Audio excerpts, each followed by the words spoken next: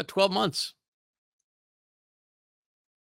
It's a vexing time, he says. And we're entering the time of Israel's troubles. It's the 7 years that begins on the 22nd of May, 2026, and goes through Towrah, the 24th of September, 2033. But this is a horrible time of trouble before the harvest. God says that people are going to be plucked up by the roots.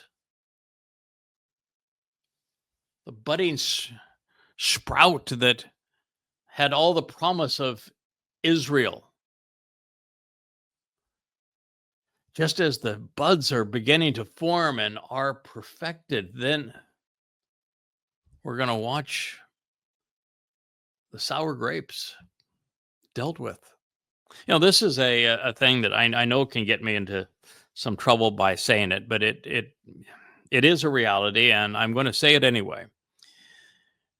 The overwhelming preponderance of those who were killed by, abducted by, raped by, and tormented by the Muslims who entered Israel on October 7th were liberals.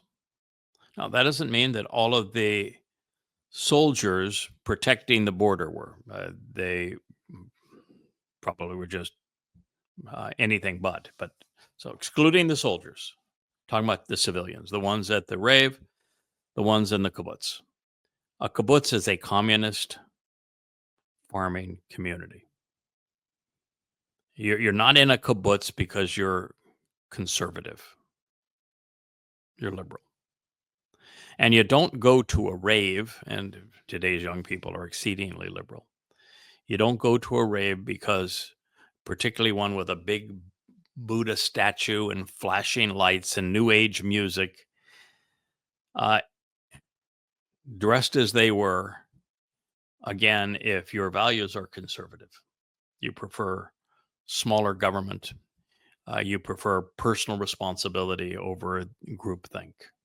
Just don't do those things. Now, that doesn't mean that they deserve to have been killed. They don't deserve to be raped, killed, or kidnapped. And I'm going to hold all of the Muslims who did this to them accountable. I'm going to bring justice to them. You can be assured of that.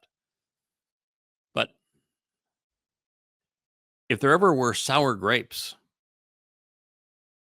I'm sorry, but that is the progressive Marxist mantra. It is all sour grapes. They've been given the greatest opportunity in the history of the world for upward mobility, regardless of one's ethnicity or culture or language, status in life, and they're nothing but sour grapes. That's why it's called cancel culture.